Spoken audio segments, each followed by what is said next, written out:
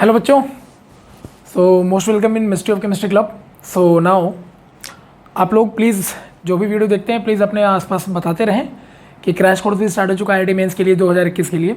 सो आपके जो जानने वाले हैं कम से कम इसका फ़ायदा उठा सकें।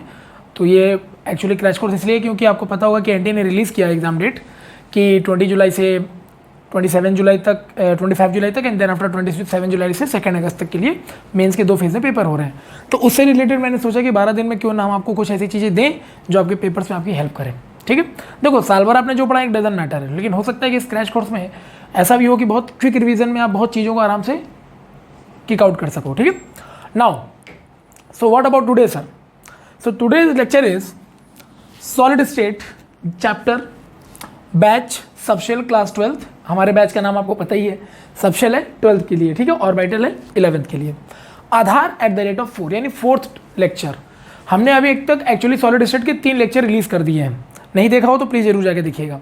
ठीक है, it is just like a web series, ठीक है, जिसमें एपिसोड बाय एपिसोड मैं आपको बताता जा रहा हूँ और हर एपिसोड में पर्टिकुलर टॉपिक हम कवर करते जा रहे हैं। ठीक है, सो प्लीज़ जब भी अगर आप जैसे आज का वीडियो आप देख रहे हो तो पहले प्रीवियस वीडियो को चेक कर लिया करो, देन आफ्टर यहाँ पर आया करो ताकि चीज़ें कोरिलेट हो सके। ठीक है ना? सुनाओ सर, आधार 1, आधार 2 और आधार 3 यानी कि सॉलिड स्टेट के जो 3 हमारे स्टेप थे, जो 3 हमारे एपिसोड मैंने रिलीज़ किया या जो लेक्चर मैंने रिलीज़ किए, उसमें अगर आप ध्यान से देखें तो सबसे पहले वाले लेक्चर में मैंने आपको सिखाया था कि how to define crystal and amorphous. Crystal और अमरफस क्या होते हैं उनसे रिलेटेड सारी बातें हम लोगों ने की थी। ठीक है, इसके बाद आधार लेक्चर 2 में मैंने आपको ये बताया कि भाई अगर आप क्रिस्टल बनाते हो तो बनाते कैसे हो, उसको बनाने के लिए lattice space, unit cell, lattice point, crystals कैसे बनते हैं, ये पूरा डिटेल एनालाइज किया था मैंने, और साथ में यूनिट सेल्स के बारे में आपको बताया था कि यूनिट सेल्स क्या होते हैं। आधार लेक्चर 3 में मैंने टाइप्स ऑफ यूनिट सेल को पूरा डिटेल में एनालाइज किया, उसके पैकिंग एफिशिएंसी है, उसका कोऑर्डिनेशन नंबर, ठीक है, उसके एक एटम का रेडियस कितना होता है, उसकी पैकिंग एफिशिएंसी कैसे निकालते हैं, उसका वॉल्यूम कैसे निकालते हैं एक एटम का, हर एक चीज़ आपको बताया था। ठीक है, आधार लेक्चर 3 तक में, यानी कुल मिला के हम लोग यूनिट सेल कवर कर चुके हैं पूरी तरीके से प्रॉपर मैनर में। नाउ द क्वेश्चन इज कि सर इसके बाद क्या? देखो अगर आप यूनिट सेल को कैलकुलेट यानी यूनिट सेल को जान चुके हो ना पूरी तरह से, तो इससे आपको आइडिया लगने लग गया होगा कि किसी क्रिस्टल में कौन सा यूनिट सेल कितना रहेगा, तो उस हिसाब से क्रिस्टल कितना कितना स्ट्रांग हो सकता है। ठीक है, तो यूनिट सेल आपको कहीं ना कहीं यहाँ पर एक मदद देता है कि आप क्रिस्टल को आइडेंटिफाई कर सको, क्योंकि आपको मैंने बता रखा है कि किसी भी क्रिस्टल का जो बेसिक फंड अगर हम देखें किसी क्रिस्टल को ब्रेक करके, तो जो सबसे पहला पार्ट ब्रेक डाउन होकर बाहर आता है that is called unit cell. Okay, now इसी आधार लेक्चर 3 के बाद हम कंटिन्यू कर रहे हैं। आधार लेक्चर 4 में सबसे पहली चीज़ कि सर हम यूनिट सेल के बारे में लगभग सब कुछ जान चुके हैं, तो फिर एक चीज़ और जानना बनता है और वो है सर डेंसिटी। बिल्कुल बनता है। और देखो हर एक वो चीज़ बनती है जो हम यूनिट सेल के बारे में निकाल सकते हैं या कैलकुलेट कर सकते हैं, जिससे हम ईजी कर सकें उसे, और हम यूनिट सेल को जितना ईजी कर पाएंगे ना उतना बेटर होगा हमारे लिए क्रिस्टल को आइडेंटिफाई कर पाना। तो sir density of unit cell कैसे निकलेगा? तो देखो भाई, अगर यूनिट सेल की अगर आपको डेंसिटी निकालनी है ना, किसकी डेंसिटी निकालनी है बताओ? यूनिट सेल की। सो यूनिट सेल की डेंसिटी कैसे निकलेगा? तो डेंसिटी का पुराना फॉर्मूला बेटा 9th क्लास से पढ़ते आ रहे हो, density equal to mass by volume, easiest way to define the density. Now the question is, if you want to calculate the density of unit cell, then what about the mass? तो definitely sir आप किसका मास लोगे? Unit cell का। ठीक है बेटा, मास लोगे आप किसका? एटम का। सर क्यों एटम का ही मास क्यों लेंगे? अरे सिंपल है ना यार, यूनिट सेल बन किससे रहा है? एटम से, है कि नहीं? तो अगर आपको पूरा मास निकालना है यूनिट सेल का, तो ऑब्वियसली उसका मास कैसे निकलेगा? उसके एटम से निकलेगा। डन। सो ये लेंगे, और बेटा और क्या लेंगे? वॉल्यूम। तो वॉल्यूम भी किसका लेंगे? यूनिट सेल का लेंगे सर। डन। तो अगर हम ये दो चीजें पता कर लें तो डेंसिटी तो निकालना बड़ा आसान है। कैसे निकलेगा सर? आइए चेक करते हैं। सो लेट कर लेते हैं mass of one atom in unit cell. जिस भी यूनिट सेल का, चाहे वो एससीसी हो, चाहे बीसीसी हो, चाहे एफसीसी हो, किसी भी यूनिट सेल का अगर आपको मास निकालना है तो उसके एक एटम का मास आपको कंसीडर करना पड़ेगा। मान लेते हैं उसके एक एटम का मास बेटा कितना है? m। डन, मैंने मास मान लिया। लेकिन सर एक बात बताओ, उसमें तो एक ही एटम का मास निकलेगा, लेकिन ऐसे तो सारे बहुत सारे यूनिट सेल, जैसे एफसीसी है वो 4 एटम से मिलकर बनता है, बीसीसी सर 2 एटम से मिलकर बनता है, एससीसी 1 एटम से मिलकर बनता है। तो सर जब नंबर ऑफ एटम बढ़ेंगे तो फिर क्या होगा? आपने तो केवल एक ही एटम का मास माना है। तो मैं एक काम करता हूं ना, ठीक है, मैं अगर टोटल मास निकालना चाहूं तो मैं एक काम करूंगा ना, टोटल मास इक्वल टू क्या बताओ बेटा? एक एटम का मास जो मैंने m कंसिडर किया है, और इसको मल्टीप्लाई कर दूंगा, एक एटम के मास जो मैंने कंसिडर किया उसको मल्टीप्लाई कर दूंगा। किससे मल्टीप्लाई कर दोगे सर? इसको मल्टीप्लाई कर दूंगा बेटा जेड फैक्टर से या जेड इफेक्टिव से। तो you know that what is the Z effective? Z effective क्या हुआ करता था बताओ? तो जेड इफेक्टिव होता था बेटा टोटल नंबर ऑफ एटम जो उस यूनिट सेल को बना रहा है, number of atoms in unit cell. तो भाई ऐसा है, तुमने यूनिट सेल के एक एटम का मास m मान लिया, और अगर तुम्हारा Z effective total number of atom को दिखाता है, तो अगर हम एक एटम का मास जानते तो टोटल नंबर ऑफ एटम से मल्टीप्लाई करेंगे बेटा, तो पूरे यूनिट सेल का मास निकल आएगा। डन। सो एक एटम का मास m, total number of atom बेटा हमारे पास जेड इफेक्टिव है तो मल्टीप्लाई किया तो टोटल एटम के मास निकल गए जो कि पूरे यूनिट सेल के मास होंगे। डन है ना? Now the question is volume. Sir बता दो यार वॉल्यूम कैसे करोगे? अब देखो प्रॉब्लम क्या है ना, कि अगर हम वॉल्यूम निकालते हैं यूनिट सेल का, तो देखो बेटा हम जितने भी यूनिट सेल पढ़े सब क्यूबिकल पढ़े हैं। कैसा पढ़े बेटा? सारे क्यूबिकल पढ़े हैं। तो बताओ क्यूब का अगर हम एज लेंथ ए मान लें तो वॉल्यूम कितना हो जाएगा? तो क्यूब का वॉल्यूम सर होता है ए क्यूब। डन होता है। तो फिलहाल अभी हमें ये सब नजर आ रहा है। तो सर हमने वॉल्यूम भी निकाल लिया है और टोटल मास भी निकाल लिया है सर, तो आपको यही दो चीज तो चाहिए था। तो बेटा टोटल मास कितना आ गया हमारे पास? अगर हम मास निकाले टोटल तो सर हमारा टोटल मास आ चुका है यूनिट सेल का कितना आ गया बेटा? मास of one atom into total number of atoms. Done. Volume कितना आ गया बेटा पूरे यूनिट सेल का? ए क्यूब। डन। अब चीजों को हम डेंसिटी के फॉर्मूले में अप्लाई कर देंगे, हमारा आंसर आ जाएगा। तो कैसे आएगा सर? आओ देखते हैं। तो मैंने ये जो हमारे पास आया, ध्यान दीजिएगा, ये जो हमारे पास आया density of unit cell equal to mass by volume था। मास एक एटम का कितना निकाले बेटा? m, और टोटल नंबर ऑफ एटम से मल्टीप्लाई कर तो पूरे यूनिट सेल का आ गया मास, और वॉल्यूम कितना आ गया बेटा? a cube. अभी तो सर बेसिक फॉर्मूला हमारा यही दिख रहा है, लेकिन सर जहां तक हम जानते हैं कि हमें यूनिट का भी यूज करना ही पड़ता है। डन है ना? और यूनिट से बेटा आपके न्यूमेरिकल्स को उलझाता भी है, तो उसके लिए भी रेडी रहना है। तो कैसे सर? देखोगे भैया ऐसा है, Z effective is the number, ये तो एक नंबर है, तो बेटा इसका तो कोई यूनिट नहीं होगा, नो यूनिट। सही है? अरे एफसीसी में 4, तो 4 का कोई यूनिट है नंबर यार वो। मास, सर ये जो मास आप लिए हो ना, अभी तो ये मास ऑफ वन एटम है। अब सर एक एटम के मास को ना हम molecular weight by Avogadro number से निकाल सकते हैं। दुनिया के किसी भी एटम का अगर एक एटम का मास निकालना है किसी एलिमेंट में, तो कैसे निकालेंगे बताओ बेटा? उसके टोटल मॉलिक्यूलर वेट को एवोगाड्रो से डिवाइड कर देंगे। क्योंकि देखो भैया किसी भी मॉलिक्यूल के मॉलिक्यूलर वेट में कितने मॉलिक्यूल? Avogadro number. डन। समझ रहे हो मेरी बात को ना? ये तो मूल कॉन्सेप्ट का सिंपल कॉन्सेप्ट है। तो टोटल मॉलिक्यूलर वेट तो उस पूरे मॉलिक्यूल को बता रहा है। अब एवोगाड्रो नंबर, भाई अगर एक मॉलिक्यूल में नंबर ऑफ एटम पूछा जाए तो कितना बताते हो? अगर एक मोल मॉलिक्यूल ले लो उसमें नंबर ऑफ एटम पूछेगा तो कितना बताते हो? Avogadro number. तो एक एटम का मास कितना होगा? तो हम एक एवोगाड्रो नंबर से डिवाइड कर देंगे। एवोगाड्रो नंबर से डिवाइड करने पर एक एटम बाहर आ जाएगा। मल्टीप्लाई करते तो टोटल एटम आ जाते हैं, डिवाइड करेंगे तो एक एटम आ जाएगा, क्योंकि डिवाइड से हमेशा क्वांटिटी कम होती है बेटा। तो हम एक एटम के मास को हम ये लिख सकते हैं ना, molecular weight upon Avogadro number. क्योंकि बेटा मॉलिक्यूलर वेट किसी भी मॉलिक्यूल का कितना होता है? Avogadro number into number of atoms, क्योंकि मॉलिक्यूल बना हुआ है किससे? एटम से। तो आपको पता है कि एक मोल में कितने एटम होने वाले होंगे? Avogadro number. और एक एटम का मास अगर आपको पता है तो उससे मल्टीप्लाई मार तो पूरा मॉलिक्यूल का वेट निकल के बाहर आ जाएगा। डन है ना? तो ऐसे अगर एक एटम पर एवोगाड्रो का मल्टीप्लाई करते हैं तो टोटल मॉलिक्यूलर वेट आता है बेटा। तो एक एटम का वेट कैसे निकलेगा? तो मॉलिक्यूलर वेट में एवोगाड्रो का डिवाइड कर दिया। डन बेटा, सही है। चलो अभी मॉलिक्यूलर वेट बेटा आप ग्राम में ले सकते हो, और Avogadro is a number, there is no unit again. और बेटा ये जो तुम्हारा ए है ना, ए, ये तो तुम्हारा एज लेंथ है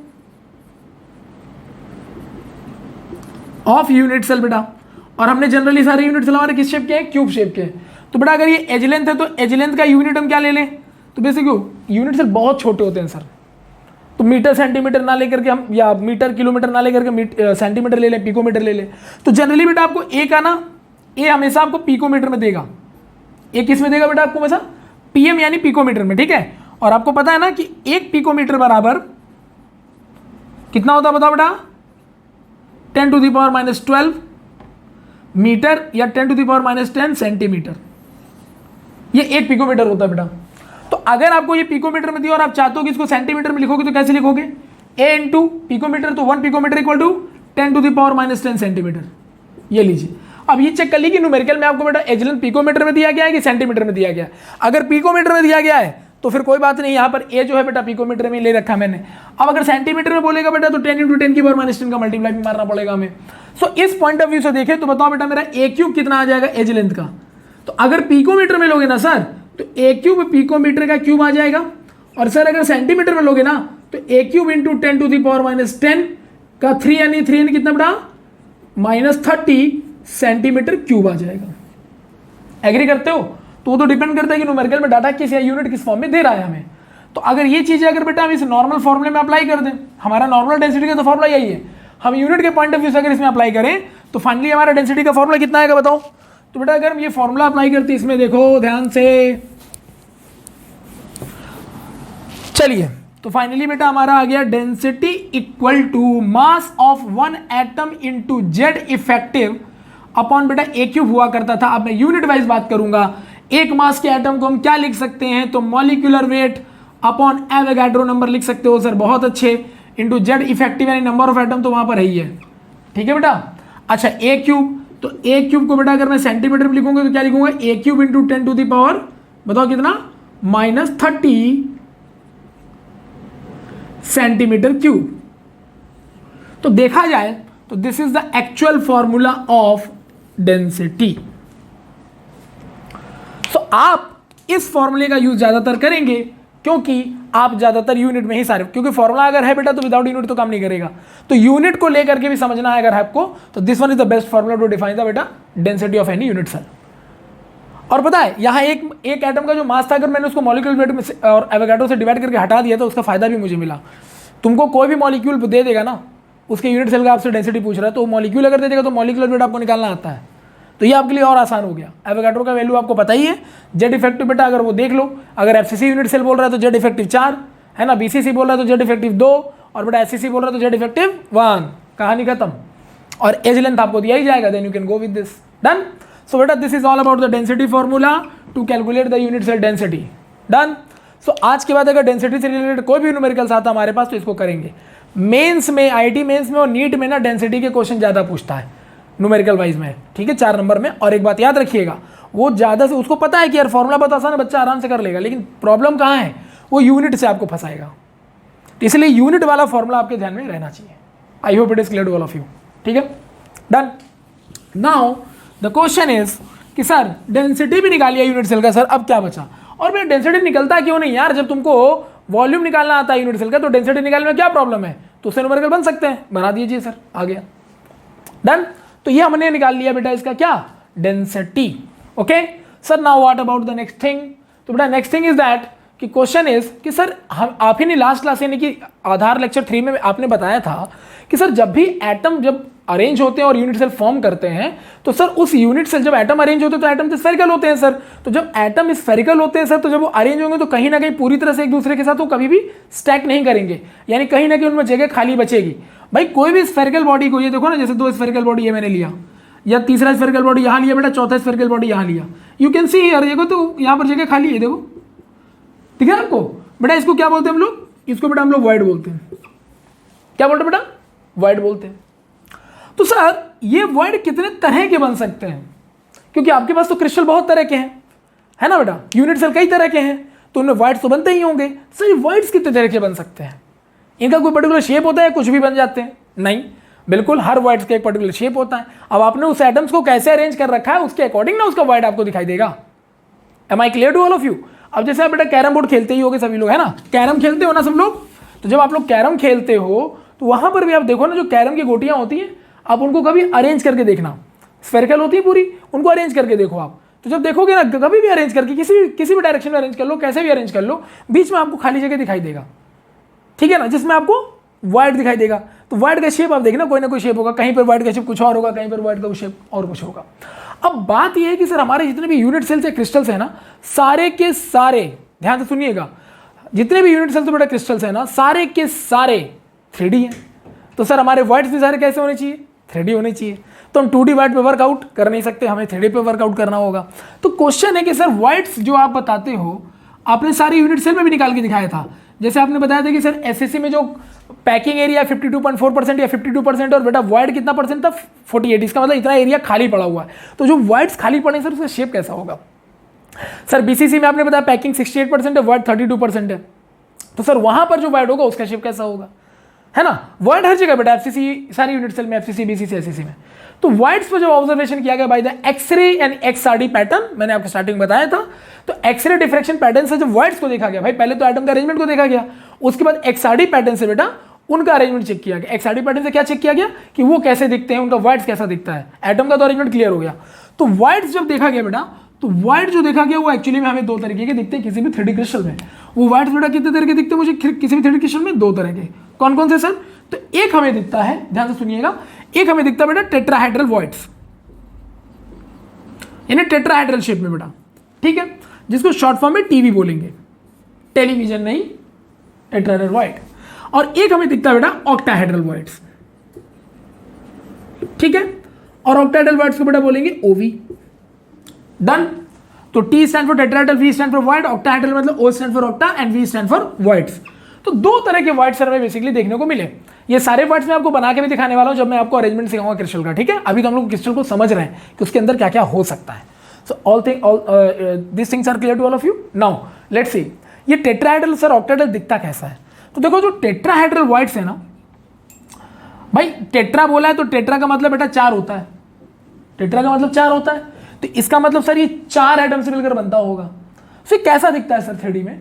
तो देखो 3D में दिखेगा ये आपको ऐसा कुछ, मैं अभी आपको बना के भी दिखाऊंगा, लेकिन अभी इसको समझिएगा। ये देखिए बेटा, मैंने जैसे मान लीजिए 3 एटम को अरेंज किया इस तरह से, देख रहे हैं आप, 3 एटम मैंने अरेंज कर दिए। अब ये जो बीच में एक एटम यहां पर आता है इस तरह से ऊपर की तरफ। अब आप कहोगे सर इसके ऊपर रखा है क्या? नहीं, अरे 3D है ना, तो ये जो 3 ब्लैक वाले दिख रहे हैं तो प्लेन पर है, जो ब्लू वाला है ना बेटा वो ऊपर की तरफ होता है। जैसे कि टेट्राहेड्रल, मतलब कि टेट्राहेड्रल आप ज्योमेट्री जानते हो, कार्बन का शेप भी टेट्राहेड्रल होता है। डन। तो ये जो ब्लू वाला है ना ये ऊपर की तरफ है, प्लेन से ऊपर की तरफ है, और 3 जो है हमारे प्लेन पर बैठे हुए हैं। तो आप जस्ट विजुअलाइज करो, मैंने स्टार्टिंग में बोला भी था सॉलिड स्टेट को अगर अच्छे समझना तो बेटा visualization is a very most important part ever. So 3 black balls जो कि हमें बोर्ड में दिख रहे हैं, और ब्लू वाला बॉल्स बेटा प्लेन के ऊपर की तरफ है। तो यू कैन सी नाउ कि जब ये जो 3 ब्लैक बॉल्स और ब्लू बॉल्स अगर ऊपर की तरफ ऐसे रखा होगा परपेंडिकुलर वे में, तो यहां पर ना बीच में बेटा आपको एक स्पेस दिखाई देगा, ठीक है? यू कैन सी नाउ यहां पर आपको देखो कि यहां खाली जगह दिखाई दे रही है, देखो दिख रहा है बेटा, ये जो तुम्हें दिख रहा है ना, ठीक है, इसी को कहा जाता है टेट्राहेड्रल वॉइड्स। तो 4 एटम से मिलकर बना है, बहुत आसान है सर। हालांकि इसको क्रिस्टल में के अंदर कैसे बनता है वही बनाते हुए दिखाऊंगा। ऑक्टाहेड्रल कैसा दिखता है? अभी तो एक नॉर्मल पैटर्न बता रहा हूं 3D में। सर ये ऑक्टाहेड्रल कैसा दिखता है? तो ऑक्टाहेड्रल कैसा दिखता है तो वो देखो, ऑक्टाहेड्रल बेटा कुछ तुम्हारा ऐसा दिखेगा, ये देखो, ये 3 है, सही है? अब देखो 3 यहां पर तुम ऐसे बनाओ, सॉरी देखिएगा ध्यान से, ये बेटा मैंने बनाया 1, ये 2, ये 3, ठीक है? ये 3 ऐसे बन गए। अब 3 मैं ऐसे बना रहा हूं, ध्यान से देखना, 1,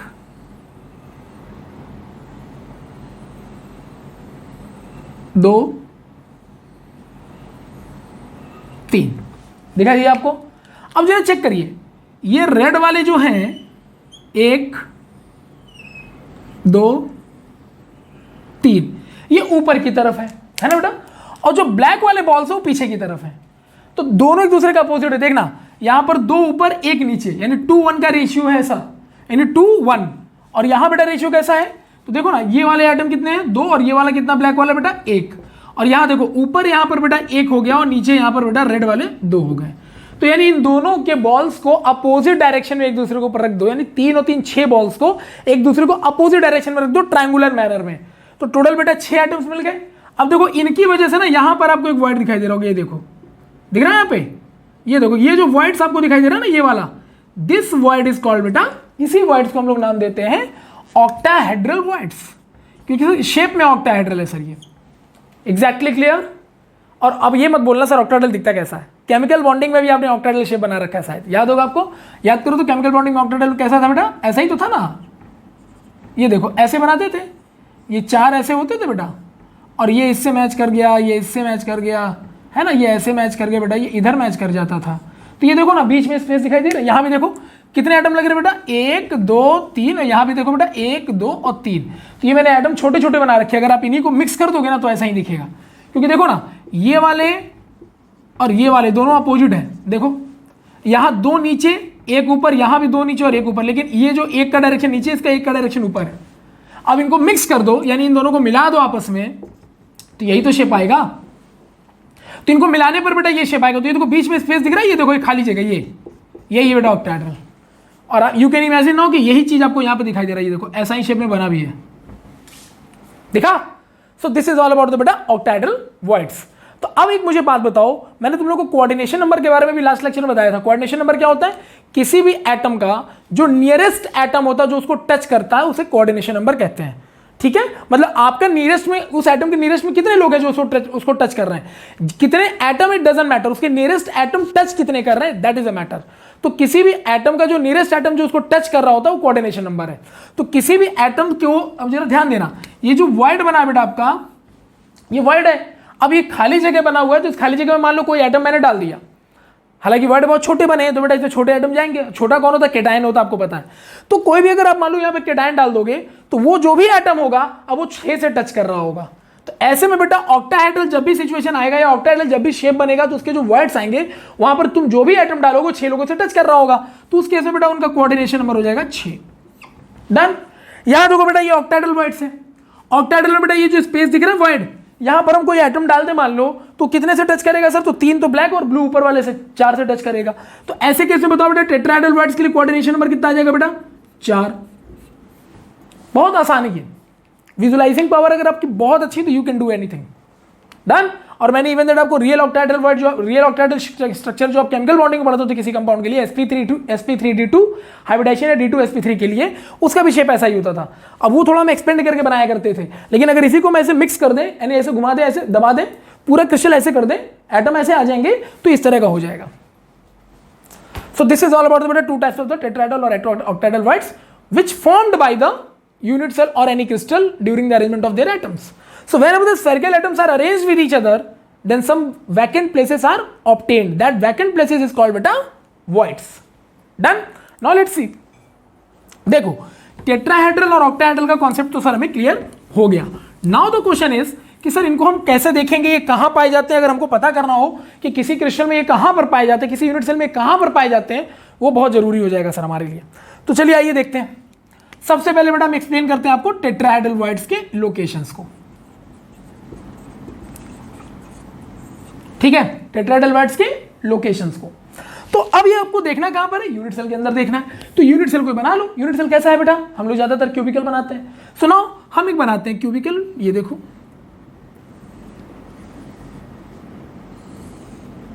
ये मैंने मान लो एक क्यूब बना लिया। ध्यान से समझना, ये इंपॉर्टेंट है। देखो ऐसा है कि कई लोग इसको रटवाने के लिए ना डायरेक्ट बता देते हैं कि ऐसा ऐसा होता है, लेकिन ठीक है, ये बात सही है कि ये सब स्टडी है, ये हम लोगों ने प्रूफ नहीं किया है, हम लोगों ने एक्सेल पैटर्न से स्टडी किया है, हम लोगों ने घर पे नहीं बनाया बैठ करके, लेकिन ये कैसे होता है ये भी मैटर करता है ना। तो देखो जब लोकेशंस की टीवीज की बात आई तो बाई XRD मतलब बेटा एक्सरे डिफ्रैक्शन पैटर्न, इनके थ्रू जब किसी यूनिट सेल में इसको देखा गया तो पाया यह गया कि किसी भी यूनिट सेल में जो टेट्राहेड्रल वर्ड बन रहा था वो उसके बॉडी डायगोनल पे बन रहा था बेटा, ऐसे ये देखिए। ठीक है, अब एक क्यूब में कितने बॉडी डायगोनल बना सकते हो बेटा? 4, ये आपको पता होगा। तो एक बॉडी डायगोनल पे आप, मैं इसको डिफाइन कर दे रहा हूं, एक बॉडी डायगोनल पता चल जाएगा तो बाकी के बारे में तो खुद ही बता दोगे। तो अकॉर्डिंग टू द लोकेशंस जो टेट्राहेड्रल वर्ड से बेटा, मान लो यहां पर टेट्राहेड्रल वर्ड बनाइए, देखो ये मैं बना देता हूं, कहीं यहां पर बना, और एक बटा टेट्राहेड्रल वर्ड्स पर एक पर्टिकुलर बॉडी डायगोनल पे दो टेट्राहेड्रल वर्ड्स दिखाई दे रहे थे। मतलब जब XRD यानी कि एक्सरे डिफ्रैक्शन पैटर्न किया गया क्रिस्टल में, तो ये देखा गया यूनिट सेल में कि एक बॉडी डायगोनल पे 2 टेट्राहेड्रल वर्ड एक डिस्टेंस पर नजर आ रहे थे। टेट्राहेड्रल शेप में वहां खाली जगह बना हुआ था। अब XRD पैटर्न जब वो पता चल गया तो डिस्टेंस निकालना तो आसान था।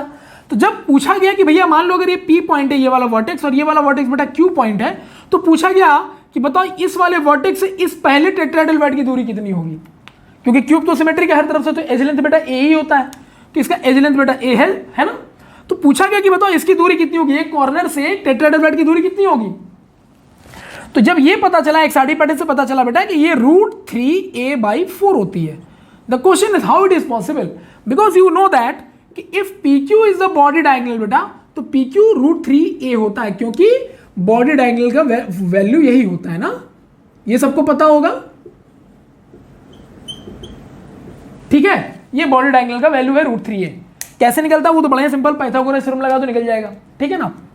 और बेटा जैसे देखो, अगर आप ऐसे निकालना चाहो तो बॉडी एंगल कैसे, तो देखो ये बॉडी, ये डायगोनल है तुम्हारा बेटा, इस वाले पॉइंट को ना इससे मैच करा दो, तो देखो ये ट्रायंगल बन गया। मान लो बेटा ये ट्रायंगल, ये आर हो गया, तो you can see now PRQ एक ट्रायंगल है हमारे पास, ये देखो दिख रहा है आपको बॉडी डायगोनल के साथ। अब बेटा ये क्या है, RQ क्या, फेस डायगोनल, ये हो जाएगा √2a। तो बेटा फेस डायगोनल √2 है, और ये भी बेटा a है, क्योंकि एज लेंथ तो सिमेट्रिक होता है सबको पूरे क्रिस्टल का, क्यूब का। तो बेटा अगर ये a और ये √2 है तो पाइथागोरस लगा दो यहाँ पे, तो बेटा PQ का square equal to a square √2a का स्क्वायर आ जाएगा, तो कितना आ जाएगा √3a, इसलिए मैंने ऐसे लिखा है। तो ये था सर, यानी कि √3a अगर बॉडी डायगोनल है तो उसका 1/4 पार्ट, यानी कुल मिला के इसको क्या लिखा जा सकता है कि बेटा ये कहां पाया जाता है, तो जो भी बॉडी डायगोनल का बेटा लेंथ होगा उसका 4th पार्ट में ये पाया जाता है। डन।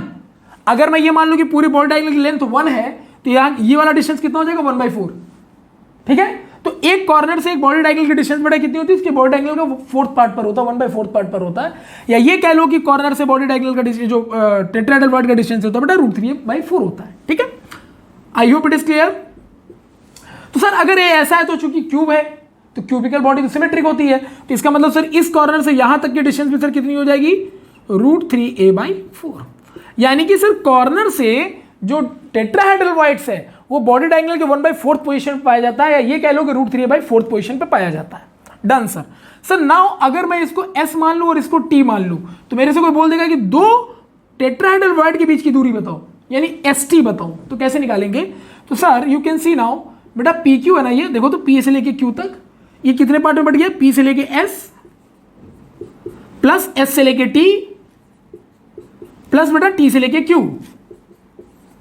तो PQ कितना है सर, PQ है √3a। Why sir, because PQ is a body diagonal.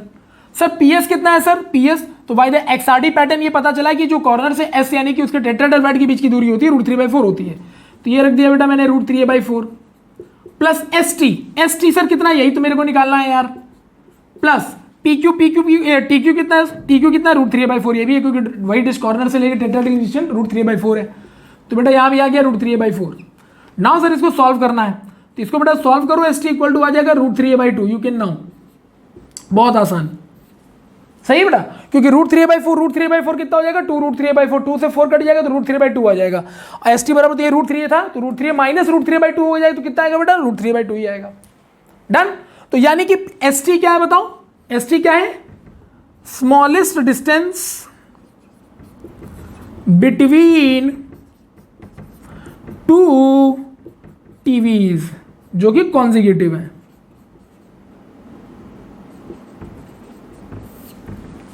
ठीक है, तो दो लगातार टेट्राहेड्रल वॉइड के बीच की दूरी बेटा √3a/2 रहने वाली है। कॉर्नर से बेटा टेट्राहेड्रल वॉइड के बीच की दूरी √3a/4 रहने वाली है, यानी बॉडी डायगोनल का 1/4 पार्ट रहने वाला है। तो ये पूरा आपको जो दिख रहा है यहां पर ना, ये सब XRD पैटर्न से जस्टिफाइड हुआ। अब आप मुझे बताओ, इस हिसाब से जब सब कुछ आपको पता ही चल गया, तो बताओ नंबर ऑफ टेट्राहेड्रल वॉइड्स कितने होंगे इस यूनिट सेल में। फिलहाल अगर बताओ तो क्यूबिकल यूनिट सेल में कितना टेट्राहेड्रल वॉइड हो सकता है।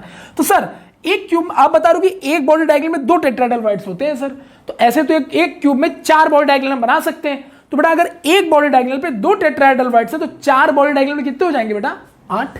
तो इस तरह से 2 इंटू एक बॉडी डायगोनल पे 2 into number of body diagonals, BD मतलब बेटा बॉडी डायगोनल्स, तो 2 इंटू BD यानी बॉडी डायगोनल्स कितने होते हैं बेटा क्यूब में 4, तो कितना आ गया बेटा 8। सो this is the total number of tetrahedral voids, यानी किसी भी क्यूबिकल यूनिट सेल में नंबर ऑफ टेट्राहेड्रल वॉइड्स बेटा कितने होंगे, हमेशा 8 होंगे। ठीक है, ये मैं नहीं कह रहा हूं, आपने हर एक चीज को पूरा जस्टिफाई किया है। डन। चलिए now we can move further. Question ये कि सर आपने तो पूरा लोकेशन पूरा जस्टिफाई कर दिया कि कहाँ होता है, क्यों होता है, कितना होता है, everything. Now the question is sir, ये यूनिट सेल में दिखता कैसा होगा? मान लीजिए हम क्यूबिकल यूनिट सेल बना लेते हैं, वैसा दिखता कैसा 3D में सर आपने बता के दिखाया मुझे, लेकिन अगर यूनिट सेल के अंदर मुझे घुस के देखना है कि कैसा दिखता होगा, या मान लीजिए हम उसमें एक्सरे गिराए तो मुझे देखना है कि कैसे बनता होगा, तब सर देखो डिटेलिंग जितना करोगे उतना मजा आएगा। तो देखो ऐसा है, अगर मैं आपको इसको बना के दिखाऊं तो बड़ा मजा आएगा, इसको देखिएगा जरा ध्यान से। ये मैंने क्यूब लिया बेटा, क्यूब थोड़ा आड़ा तिरछा यानी कि इधर उधर हो सकता है, क्योंकि I don't have smart board, ठीक है, देसी पढ़ाई है। डन, ये मैंने क्यूब बना लिया सर। अब सर आपने बोला है कि इस यूनिट सेल में टेट्राहेड्रल बन कैसे रहा हो, जरा बना के दिखाओ, तो वो मैं आपको सर बना के दिखा देता हूं। देखिएगा, ये है, दिख रहा है आपको? ध्यान देना बेटा, है बहुत अच्छे से समझना। ये वाला दिख रहा है, ये वाले है बेटा एटम दिख रहा है, ये वाला सही है ना? और आप तो जानते हो कि ये वाला एटम को जूम कर दे, ये वाले एटम को जूम कर दे, इस वाले एटम को जूम कर दे, इस वाले एटम को जूम कर दे, तो बेटा सब टच होते हैं, है ना? और बेटा ये वाला एटम आपको दिख रहा होगा, डन। और ये वाले एटम को ध्यान से देखो बेटा, ये दिख रहा है, ठीक है ना? अब करो क्या, इनको बेटा मैच करा के देख लो, सारी कहानी क्लियर है।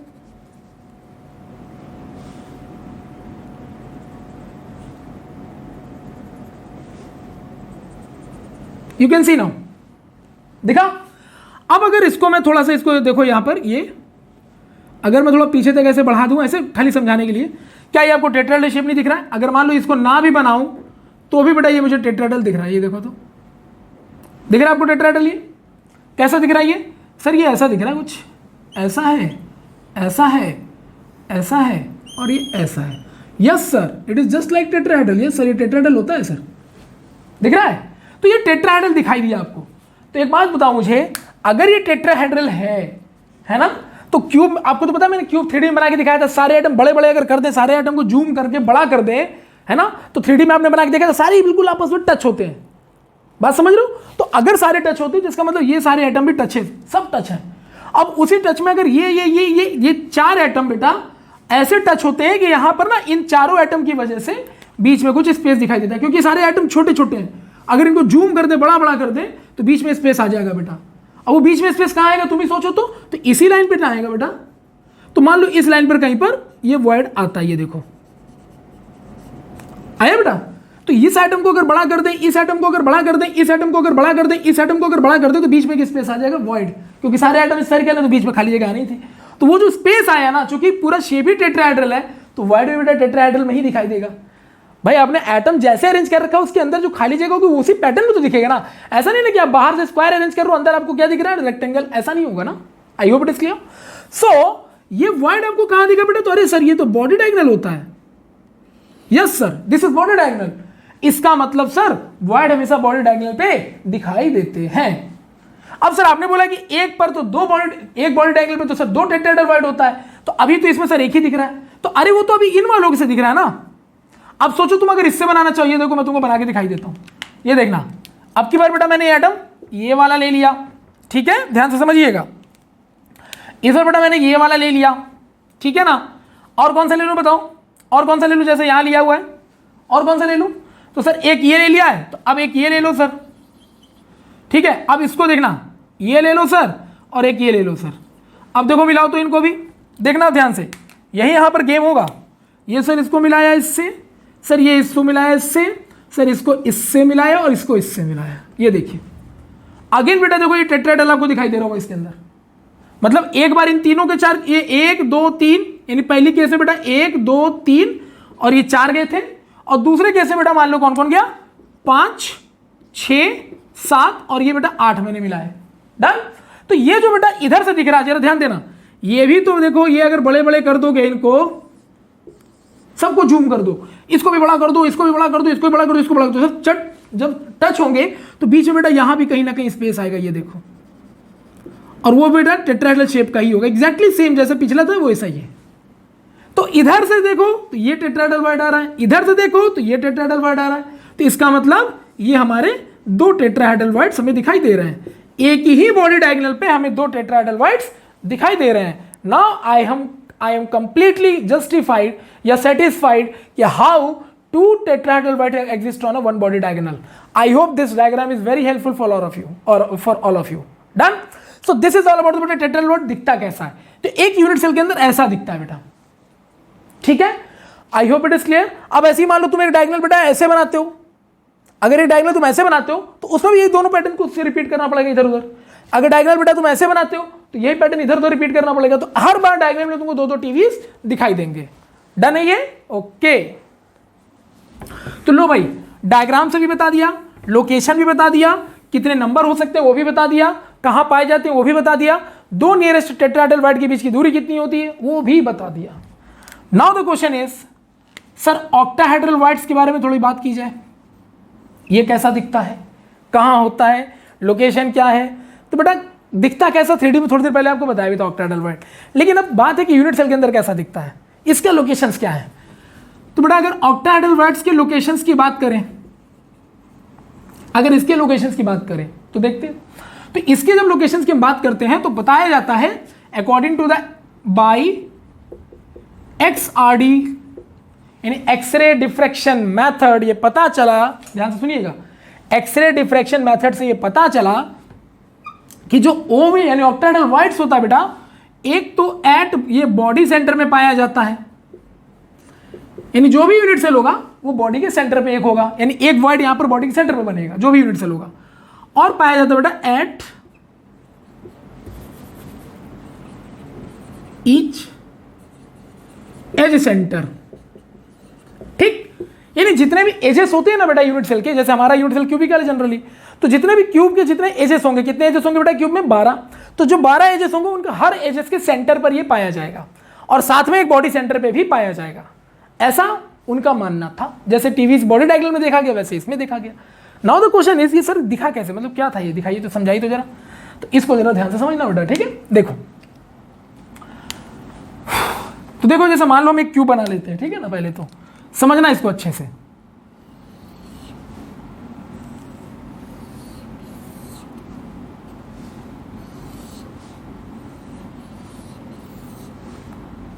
ध्यान से समझिएगा, एक बार में पूरी चीजें क्लियर हो जाएंगी, कोई इश्यू नहीं होगा. ये मान लो बेटा मैंने एक यूनिट सेल बना लिया.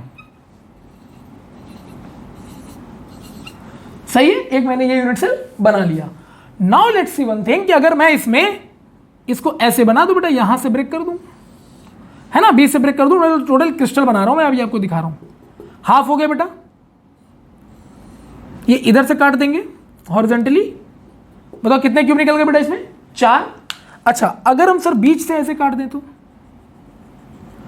बिल्कुल पैरेलल मैनर में काट रहा हूं, ये देखो.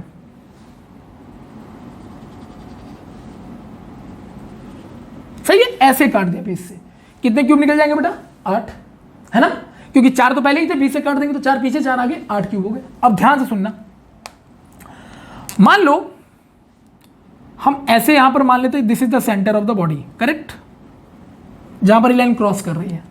तो बेटा अगर ये सेंटर ऑफ द बॉडी है, ध्यान देना, ये देखो ये सेंटर ऑफ द बॉडी है. सही है बेटा, हमको बोला गया कि यहां पर एक ऑक्टाहेड्रल वाइट दिखाई देता है. क्यों दिखाई देता है, तो ऑक्टाहेड्रल वाइट बेटा कितने एटम से बनते हैं, 6 एटम से. मैंने बना के दिखाया था थोड़ी देर पहले, कोऑर्डिनेशन नंबर 6 होता है. तो ये 6 एटम से बनता है. तो सर वो 6 एटम कहां दिखते हैं, बड़ा सिंपल है यार, 6 एटम कहां दिखते हैं, बहुत इससे आसान क्वेश्चन क्या हो सकता है. सर कैसे बताऊं, तो देखो भैया ऐसा है, एक इसके पास होगा, यहां पर कोई एटम होगा, एक बेटा एटम यहां होगा, एक एटम बेटा यहां होगा, एक एटम बेटा इधर होगा. होगा कि नहीं होगा. अरे भैया ये सब यूनिट सेल्स हैं, है ना. तो ये वाला जो क्यूब है, देखो ये वाला क्यूब, तो यहां पर एक एटम होगा ना बेटा फेस सेंटर पे या कॉर्नर पे, उससे टच कर रहा होगा. तो ये वाला फेस सेंटर का एक एटम बेटा, यहां पर भी एक एटम होगा फेस सेंटर पे, वो फिर बेटा इधर भी एक होगा एटम, एक फेस बेटा इधर भी एटम होगा. हो गया बेटा 4. और 2 बेटा इसके पीछे साइड होते हैं, एक बैक साइड और एक आगे यानी फ्रंट साइड इधर की तरफ. तो एक फ्रंट साइड दिखाई दे रहा है आपको. तो यू कैन सी नाउ कि अगर इसको बनाएं तो ये कुछ ऐसा दिखेगा. मान लो मैंने ये एटम ले लिया, यहाँ पे ऐसे बना के, ये देखिए, और एक इधर होगा बेटा, एक इधर होगा. तो अब इनको मिला के देखो तो ज़्यादा मजा आएगा. बिल्कुल वैसे ही ऑक्टाहेड्रल बनेगा जो मैंने बना के दिखाया था. ये देखिए बेटा, ये हो गया डन. अब क्या सर, तो बेटा ये वाला देखना, ध्यान से समझना, ये वाला इससे ये वाला बेटा इससे मैच कर गया, और बेटा ये ध्यान देना ये वाला बेटा इससे, है ना, और ये वाला इससे। ये देखिए, तो ये एक अंदर ऑक्टाहेड्रल का शेप आ रहा है। यू कैन सी नाउ ना, ये वाला शेप देख रहे हो आप, थोड़ा सा इसको अच्छे से देखिएगा तो ज़्यादा मजा आएगा। ये ऐसा दिखा, और ये दो क्या है बेटा, परपेंडिकुलर, यानी प्लेन के पीछे प्लेन के आगे। तो आपको तो पता नहीं, ये जो परपेंडिकुलर वाले होते हैं किससे किससे मैच करते थे बताओ? तो परपेंडिकुलर वाले बेटा मैच करते थे इससे मैच कर गया, और ये वाला मान लो इससे मैच कर गया, और बेटा ये वाला इससे मैच कर गया, और ये वाला इससे मैच कर गया। कर गया? तो ये देखो ना, एक ऐसे दिख रहा है आपको, ऐसा ही तो शेप बनाया था मैंने। ये देखो, अब बेटा ये जो बीच में स्पेस दिख रहा है, ये देखो, ये दिखा बेटा, इसी बीच वाले स्पेस में ही तो ये वाला एटम सेट है। ये देखो, तो यहाँ पर ये खाली जगह मिलेगा, मिला कि नहीं मिला? मिल गया। तो बेटा यही है तुम्हारा ओवी, देखिए दिख रहा है। और बेटा इसमें कितने एटम्स हैं? तो कितने एटम से बना बेटा? 1 2 3 4 5 6। ये किसी भी यूनिट सेल से, इसमें तो 8 यूनिट सेल होंगे क्यूब के, कोई भी एक यूनिट सेल बाहर निकालो उसमें यही हाल है। समझ गए? अब इसको अगर और इजी वे में समझना तो देखो, मैंने ना एक क्यूब ऐसे बाहर निकाल लिया, एक यूनिट सेल ऐसे बाहर निकाल लिया, इससे एक यूनिट सेल बाहर निकाल लिया बेटा। 8 यूनिट सेल से एक क्यूब बनता, तो बेटा यहां तो 8 यूनिट सेल थे, पूरे यूनिट सेल में दिखा दिया मैंने। अब ये यूनिट सेल बाहर निकाल लिया, ध्यान देना, ठीक है। अब आप कह रहे हो कि सर ऑक्टाहेड्रल सेंटर पे बनता, तो देखो ये सेंटर पे ऑक्टाहेड्रल ले लिया मैंने, सपोज करो सेंटर पे मैंने ऑक्टाहेड्रल ले लिया। अब सर इसके 6 कोऑर्डिनेशन नंबर कैसे, 6 एटम से कैसे बना? तो जरा बताओ बेटा। एक इधर वाले एटम से टच होगा, एक इधर वाले एटम से टच होगा, एक ऊपर वाले से बेटा, एक नीचे वाले से, एक एटम पीछे की तरफ होगा और एक एटम आगे की तरफ होगा। हो तो गए सर 6। और यही सेम चीज बेटा मैं आपको दिखा रहा हूँ 3D में। डन? समझ में आ रहा? अच्छा, ये जो बैक वाला एटम होगा किसका होगा? अरे दूसरे वाले, उसके पीछे जो यूनिट सेल बना होगा, ये वाला किसका होगा? उसके आगे वाले यूनिट सेल का होगा। और बाकी बेटा ये जो 4 तुम्हें दिख रहा हो, तो इसी यूनिट सेल के अंदर दिख गया आपको। आया समझ में? डन? और वैसे भी ऐसे समझो ना, तुम अपने रूम में हो बेटा, रूम के बिल्कुल सेंटर पे बैठ जाओ, रूम के अपने सेंटर पे बैठ जाओ। अब तुम मुझे बताओ कितने कितने कितने तरफ से लोगों से तुम घिरे हुए होगे? कितने तरह के लोगों से घिरे हुए बताओ? तो कैसे सर? जहां तुम बैठे हो उसके जस्ट बगल में फेस सेंटर, इधर वाले दीवार का बीच वाला हिस्सा यानी फेस सेंटर, उधर वाले दीवार का फेस सेंटर, इधर वाली दीवार का फेस सेंटर, एक ऊपर वाली दीवार का फेस सेंटर, एक नीचे वाली दीवार का फेस सेंटर, 6 से घिरे बेटा। So this is the simple way to define the octahedral voids. Done? तो एक तो ये बेटा बॉडी सेंटर पे मिलता है, ये प्रूफ हो गया। Now the question is each edge centre, edge centre पे भी मिलता है सर? यस। अब एज सेंटर पे कैसे मिलेगा सर, उसमें कैसे दिखेंगे? तो देखो इसको भी मैं तुमको दिखाता हूं। मान लो इससे मैंने बेटा एक यूनिट सेल बाहर निकाल लिया, आप देख लीजिए ना, तो मेरे पास बेटा कोई 3D पेन है, ना 3D बोर्ड है, ना स्मार्ट बोर्ड है, कुछ नहीं है, और ना मैं किसी डायग्राम का यूज कर रहा हूं आपको बताने के लिए कि आप खुद ही समझो। नहीं, मैं बना के दिखा रहा हूं आपको एक एक डायग्राम, और आप भी ऐसा कर सकते हो अगर विजुअलाइजिंग कैपेसिटी आप अगर बढ़ा लो तो। देखो बेटा मैंने ये यूनिट सेल बाहर निकाल लिया, ठीक है। अब तुमने क्या कहा है? एज के सेंटर पर कोई भी एक एज उठाओ बेटा। मैंने सर ये वाला एज उठा लो, मान लो। अब मान लो इस एज के सेंटर पर बेटा एक ऑक्टाहेड्रल वाइड पड़ा हुआ है, ठीक है। ये ऑक्टाहेड्रल शेप में एक वाइड यानी खाली जगह वहां पर है। अब सर इसका कोऑर्डिनेशन नंबर 6 यानी 6 एटम से कैसे घिरा हुआ? देखो तो बेटा इसके बगल में ये वाला एटम होगा, यस सर। इधर बेटा ये एटम होगा, यस सर। इसके बगल वाले के पास बेटा एक एटम होगा, भाई इधर भी तो यूनिट सेल होगा क्योंकि ये यूनिट सेल तो एक इसका हिस्सा है, उसके अगल बगल में तो यूनिट सेल है बेटा, तो इधर भी एक यूनिट सेल होगा, यस सर। इधर बेटा एक होगा यूनिट सेल, यस सर। मजा आ रहा है? इसके अलावा सर और कौन सा यूनिट सेल हम यहाँ पर ले सकते हैं? तो देखो एक बेटा इसके पीछे वाले का यूनिट सेल का और एक इसका आगे वाले का। अगेन यू कैन सी बेटा यहाँ पर 6 फिर से बन गए। तो एज जो होता है हमारा वो भी 6 एटम से घिरा हुआ रहता है, यानी उन 6 एटम के घिरने की वजह से बेटा ये वॉइड यहाँ पर बना है। डन? अभी वॉइड कैसे बना? तो देखो बेटा इनको मिला के देखो, आपको समझ में आ जाएगा सारा कहानी। इसको मिला दिया बेटा मैंने, ये वाले ये दोनों मिल गए, ठीक है, ये दोनों मिल गए। अब इनको मिला के देखो तो ऐसा हो गया बेटा, ये वाला इससे मिलेगा बेटा, ये वाला इससे मिलेगा, ये देखिए बीच में स्पेस आ गया, दिख रहा है आपको? ये खाली जगह आ गई ना एटम से, और बेटा इसी बीच स्पेस में तो ये खाली जगह में बेटा ये देखो वाइड आ रहा है। Now you can see now. So everything is very easy अगर आप उसको विजुलाइज करते हो तो। अब अपने कमरे में बैठ के विजुलाइज करो। चलो तुम्हारी दीवारों में जो तुम्हारी वॉल है ना, दीवार जिस कमरे में बैठे हो वो बीच में एज है ना बेटा, ऐसे कॉर्नर पे एज है ना, दीवार एज, तो एज का सेंटर पकड़ लो बेटा। अब उस एज के तुम सेंटर को पकड़ लोगे तो जरा बताओ तो मुझे उसके आसपास कितने यूनिट सेल्स हैं। तो देखो अगर जो तुम्हारा कमरा है जिस कमरे में हो तुम बेटा, अगर वहां एक वॉइड डाल दोगे तो एज के सेंटर पे एक वॉइड डाल दोगे तो बगल वाले कमरे के लिए भी काम करेगा, तुम्हारे कमरे के लिए भी काम करेगा, ऊपर वाले जो 2 कमरे होंगे उसके लिए भी काम करेगा, क्योंकि एक दीवार पर 4 कमरे बने होंगे, है ना। एक वॉल है, जैसे ये वॉल है, ठीक है, दीवार है, तो बेटा एक कमरा इधर, एक कमरा इधर, ठीक है, एक कमरा बेटा इधर के दाएं तरफ, एक कमरा इधर के बाईं तरफ, सही है। तो बताओ वो कितने कमरे हो गए तुम्हारे पास, इस एच से कितने कमरे बेटा ज्वाइंट हो रहे हैं, 4। तो 4 यूनिट सेल से तो ऑलरेडी कवर्ड है, और बेटा 2 और कहां से मिल गए, तो जहां पर एच है ना वो दीवार के कॉर्नर से भी तो टच कर रहा होगा, है कि नहीं। तो मतलब बेटा अगर ये तुम्हारा दीवार का ये देखो ये दीवार का अगर ये सेंटर है, ये तुम्हारा बेटा क्या है, एज सेंटर है, तो एज सेंटर के इस कमरे के बगल वाले कमरे का एक एटम, इस कमरे के बगल वाले कमरे में कोई जस्ट बेटा नियरेस्ट एटम होगा, इसके ऊपर वाला और इसके नीचे वाला और इसके पीछे और इसके आगे। आया समझ में, क्लियर है। तो फिर से एक बार समझने की कोशिश करना, ये दीवार से 4 कमरे बने, तो 4 कमरों के जो नियरेस्ट एटम होंगे उस एज सेंटर वाले वॉइड से टच कर रहे होंगे, और 2 बेटा उसी दीवार के 2 कॉर्नर जो टच कर रहे होंगे। तो दीवार ऐसे है तो बेटा ये दो एटम तो कॉर्नर पर होंगे ही ना, तो ये जो यहाँ बीच में वॉइड है ये कॉर्नर वाले दोनों एटम से टच कर रहा होगा, कंफर्म। एक इधर वाले कमरे के, एक इधर वाले कमरे के एटम से टच कर रहा होगा, एक इधर ऊपर वाले कमरे के बाईं तरफ वाले से, एक उधर वाले के दाईं तरफ से, तो 6 से बेटा कवर्ड हो गया पूरा।